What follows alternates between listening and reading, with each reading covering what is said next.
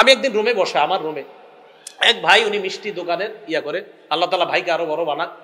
এই ভাই আমার কাছে গিয়ে বলতেছে যে নামাজে যে ইমামের পিছনে কেরাত পড়বেন আর আপনারা যে পড়েন না, দলিল কি? তো আমি প্রথমে বললাম, আমরা ফিকহে হানাফি যারা অনুসরণ করি, ফিকহে হানাফি তো পুরা ফিকহে হানাফি মোট 60টা বিষয়কে সামনে রেখে মাসালা আলোচনা করে, মাথায় রাখবেন। এর মধ্যে সর্বপ্রথম ফিকহে হানাফির কাজ কোরআন দেখে। কোরআনে যদি ফিকহে হানাফি কোনো আমল পেয়ে যায় এবং এটা যদি একদম কোরআনে পাওয়ার পর এটার সাথে যদি অন্য কোনো কিছু সাংঘর্ষিক হয়, এটা ফিকহে হানাফি নেয় না। এটা আপনার মাথায় রাখবেন। ফিকহে হানাফি যদি কেউ ভালোভাবে পড়ে, তখন সে বুঝতে পারবে মাসালার ক্ষেত্রে ফিকহে হানাফি কতটা কঠোরতা অবলম্বন করে, যা অন্য কোনো ক্ষেত্রে আপনি পাবেন না। এতটা কঠোরতা অবলম্বন করে ফিকহে হানাফি, এটা সত্যি কথা।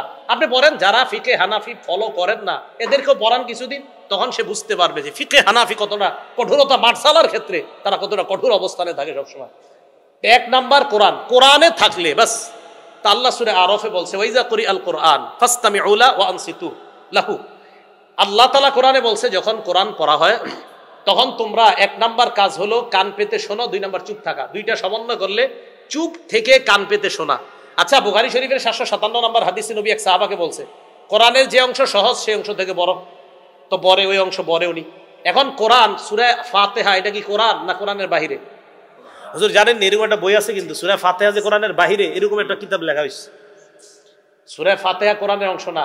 আমি অবাক হয়ে গেছি, এর চটি একটা বই আছে, যে কোনো একজন লেখছে যে সূরা ফাতিহা কোরআনের অংশ না। কেন জানেন? ওই যে আমরা বলি কোরআন পড়া, ফাতিহা মানেও কোরআন, যে আলহামদুলিল্লাহি রাব্বিল আলামিন, এটাও কোরআন, এটা পড়ার সময় চুপ থাকতে হবে। এখন চিন্তা করলো এটারে কিভাবে রদ করা যায়। এক ভাই কতটা খেয়ানত করে এক কিতাব লিখে ফেলছে যে সূরা ফাতিহা এটা কোরআনের অংশই না। কেন জানেন? মানে বুঝাইতে চায় যে ফাতিহাটা কোরআনের অংশ না, অতএব ফাতিহার সময় ইমামও পড়বে, তুমিও পড়বা, কারণ ফাতিহা তো কোরআন না, এটার সময় চুপ থাকা লাগবে না, এরকম বুঝাইছে। নাউজুবিল্লাহি মিন যালিক। তো সূরা ফাতিহা এটাও কোরআন। ওয়াইদা করি আল কোরআন, যখন কোরআন পড়া হয় কান পেতে শ্রবণ করা। এখন দেখেন, কান পেতে শ্রবণ করা আবার চুপ থাকা, দুইটা হুকুম আল্লাহর। বাস ফিকহে হানাফি কি বলে যে এখন কয়েক হাদিসে আসছে লা সালাতা ইল্লা বিফাতিহাতিল কিতাব, সূরা ফাতিহা ছাড়া নামাজই হবে না। এখন ফিকহে হানাফি দুইটাকে সমন্বয় করে। আচ্ছা, কোরআনে আসছে কোরআন পড়লে চুপ থাকতে হবে, হাদিসে আসছে ফাতিহা ছাড়া নামাজ হবে না। ফিকহে হানাফি এখানে দেখে যে কোরআন পড়লে চুপ থাকা এটা আল্লাহর নির্দেশ। বাস এখানে ফিকহে হানাফি কি বলে যে কোরআন যখন পড়া হবে, এটা যেই পড়বে, ইমাম সাহেব যখন পড়বে, পিছনে যারা থাকবে তারা চুপ থাকতে হবে। এখন প্রশ্ন উঠবে ফিকহে হানাফির উপর, তাহলে লা সালাতা ইল্লা বিফাতিহাতিল কিতাব এই হাদিস কোথায় যাবে? এটার ব্যাখ্যা ফিকহে হানাফি এইভাবে দেয় যে লা সালাতা ইল্লা বিফাতিহাতিল কিতাব, এটা লিল ইমাম আও লিল মুনফারিদ, এটা হলো ইমামের জন্য। ইমাম যখন কেরাত পড়ে তখন মুক্তাদি পড়া দরকার নাই। আপনারা বলবেন পড়া দরকার নাই কেন? হাদিসে আসছে আবার ইন্নামা জুইলাল ইমাম লিউতাম্মা বিহি, ইমামকে সামনে দাঁড়ায় তার অনুসরণ করার জন্য। আরেক হাদিসে আসছে আল ইমামু যামিন, আমার আপনার সব দায়িত্ব ইমাম সামনে নিয়েই দাঁড়ায়। তো কেরাত পড়ার দায়িত্বটা ইমাম সামনে নিয়ে নিছে, নেওয়ার পরে উনি ওখানে দাঁড়িয়েছে। এই জন্য আরেকটা কথা মনে রাখবেন, দরখাস্ত যদি পেশ করা হয়, আমরা এই মসজিদের সবাই প্রধানমন্ত্রী বরাবর একটা আবেদন পেশ করব, সব মিছিল দিয়ে যাব না, কয়েকজন প্রতিনিধিকে পাঠাবো। বলে না, কয়েকজন প্রতিনিধিরা সবাই যাব। এই জন্য দরখাস্ত পেশ করাটা একসাথে সবাই না করে একজন করাটাই উত্তম। আলহামদুলিল্লাহ, সূরা এটা একটা দরখাস্ত আল্লাহর কাছে পেশ করা। এই দরখাস্ত ইমাম সাহেব পেশ করতেছেন, অন্যরা শুনে শুনে আমিন বলে এটাকে সাপোর্ট দিতেছেন। হা হা হা, ইমাম সাহেব যা বলছে আল্লাহ আপনি কবুল করেন। তাহলে এই বিষয়গুলা তো ইমাম সাহেব যখন পড়বে আমরা তখন চুপ থাকা, এটা কোরআনের নির্দেশ।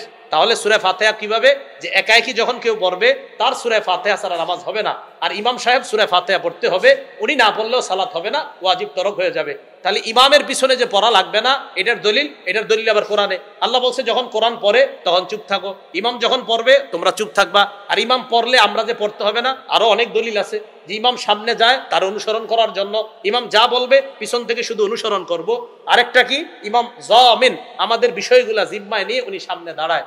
এই জন্য এই বিষয়গুলা মাথায় রেখে কেরাত খলফাল ইমাম, তথা ইমামের পিছনে যে কেরাত পড়া, ফিকহে হানাফি এটার সমন্বয় এইভাবে করে যে কেরাত পড়া হলেই চুপ থাকতে হবে। এবার আরেকটা প্রশ্ন দাঁড় করায় যে সূরা আরফের গালেবান 204 নম্বর আয়াত মনে হয়, যে এই আয়াতটা যে নামাজের ক্ষেত্রে, এটার দলিল কি?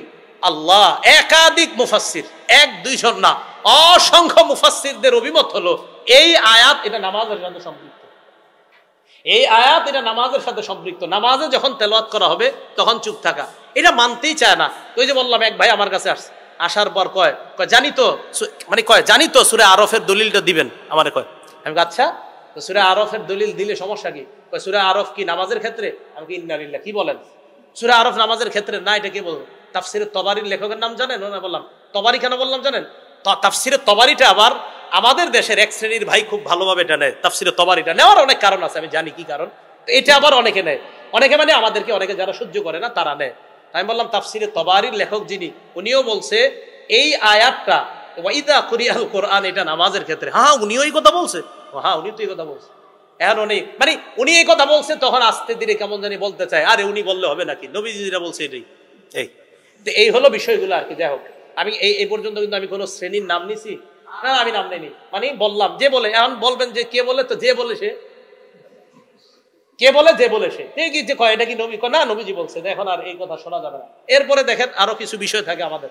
এই যে লাইলাতুল বারাআত, এই লাইলাতুল বারাআতের ব্যাপারে এক ভাই আমার কাছে আসার পর কয় ওই রাত্রে যে হালুয়া রুটি এগুলা কি আছে? তো আমি বললাম না, নাই।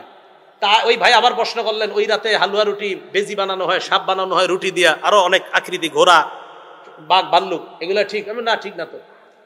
ওই রাতে যে গোসল করলে মাথার পানির চুল পড়লে, মহিলাদের চুলের এই পানিগুলা পড়লে প্রত্যেক ফোটায় ফোটায় নাকি ঝরে যায়, মকসুদুল মুমিনিন না আরো কিছু বইয়ের নাম লেখছে, এইগুলাতে আছে, এগুলো ঠিক? আর না, এগুলো তো ঠিক না। বলতে বলতে হঠাৎ আমারে বলে ফেলতেছি কি, আচ্ছা লাইলাতুল বারাত যে এটা ফজিলতের রাত, এটা ঠিক না? আমি কই হ্যাঁ এটা ঠিক। কই কে বলছে? আমি কই নাসিরউদ্দিন আলবানী রহমতুল্লাহ আলাইহি বলছে। তো যখন আমি বললাম নাসিরউদ্দিন আলবানী রহমতুল্লাহ, কই নাসিরউদ্দিন আলবানী বলছে? হ্যাঁ, নাসিরউদ্দিন আলবানী রহমতুল্লাহ বলছে। কয় হুজুর শিওর আপনি নাসিরউদ্দিন আলবানী বলছে? আমি কই ভাই সত্যি নাসিরউদ্দিন আলবানী বলছে। কয় শোনেন, নাসিরউদ্দিন আলবানী আমাদের দলিল না, আমাদের দলিল আল্লাহর রাসূল। এই কথা বলছে যে আমি দেখেন এটা এটা উনি এই সত্যি উনি এই কথাটা বলছে। তা আমি বলি যে হাদিস সহিহ দুর্বল, এটা তো কোনো না কোনো ইমাম বলছে, ঠিক না? তাহলে এই ক্ষেত্রে তো ইমামদেরকে আমরা মানি, এটা সহিহ, এটা দুর্বল, এটা হাসান, এটা হাসান লি জাতি, এটা হাসান লি গায়রিহি, এটা মুনকাতি। এই হাদিসগুলো তো আমরা কোনো ইমামরাই ফলো করি। তো আমি বললাম সহিহ বলা দুর্বল বলার ক্ষেত্রে কি উনি ইমাম ফলো করেন না? হ্যাঁ করি, তো এটা আগে জিজ্ঞাসা করে নিছি। তখন আমি বলছিলাম কি, তো সর্বপ্রথম নামটা বলছিল নাসিরউদ্দিন আলবানী রহমতুল্লাহ, আল্লাহ ওনার কবরকে জান্নাতের বাগান বানায় দেন, দোয়া করি আমরা। তো যাই হোক, নাসিরউদ্দিন আলবানী রহমতুল্লাহ আলাই, আমি বললাম উনি তো বলছে যে লাইলাতুল বারাআতের ফজিলত সম্পর্কিত হাদিস উনি সহিহ বলছে, হাসানও বলছে, কোনো কোনো জায়গায় দুর্বল কোথাও বলে নাই উনি। তখন বলে কি আচ্ছা উনি এই কথা বলছে? আমি হ্যাঁ উনি তো বলছে এই কথা। এখন উনি এটা ইয়া করতে চায় না, উনি বলছেন। তখন এক ভাইদের পক্ষ থেকে আসছে, আমাদের এটাই প্রমাণ যে আমরা কোরআন সুন্নাহ মানার ক্ষেত্রে কাউরে মানি না, কোরআন সুন্নাহই মূল দলিল, এইখানে কোন ইমাম আসলে এটা আমরা দেখি না। তাহলে ভাই সহিহ না দঈফ এটার ক্ষেত্রে কি আপনি কোরআন সুন্নাহ ডাইরেক্ট মানতে পারবেন নাকি? এটা তো কোনো ইমাম লাগবে। এই জন্য ইমাম লাগবেই, ইমাম ছাড়া চলা এটা সহজ না, এটা আপনি পারবেনও না। এজন্য আপনারা যারা হানাফি ফিকহের বিরোধিতা করেন, যারা অথবা যারা মনে করেন না আমি ইমাম ছাড়া চলবো, আপনি পার্সোনালি শামসুদ্দোহা আশরাফী সাহেব হুজুরের কাছে একদিন এসে বসেন, উনি আপনার 2-3টা পাল্টা প্রশ্ন করবে। আপনি যখন বলবেন না আমি কোনো ইমাম মানি না, তো উনি 2-3টা প্রশ্ন রাখার পরে আপনি মরার আগেও এই জবাব দিতে পারবেন না, তখন তো আপনি বিপদে পড়বেন। আপনি যখন বলবেন আমি কোনো ইমাম মানি না, তখন তো আপনি বিপদে পড়ে যাবেন। উনি যখন আপনার পাল্টা প্রশ্ন করবে, তাহলে আপনি কি মানেন? তো আপনি বলবেন আমি কোরআন মানি, আর কি মানেন? বলবেন সহিহ হাদিস। উনি আপনার পাল্টা বলবে সহিহ যে হাদিসটা, সহিহটা কে বলছে? মুহাম্মদ রাসূলুল্লাহ সাল্লাল্লাহু আলাইহি ওয়াসাল্লাম বলছে। বলেন না কেন? মুহাম্মদ রাসূলুল্লাহ সাল্লাল্লাহু আলাইহি ওয়াসাল্লাম বলছে? কে বলছে?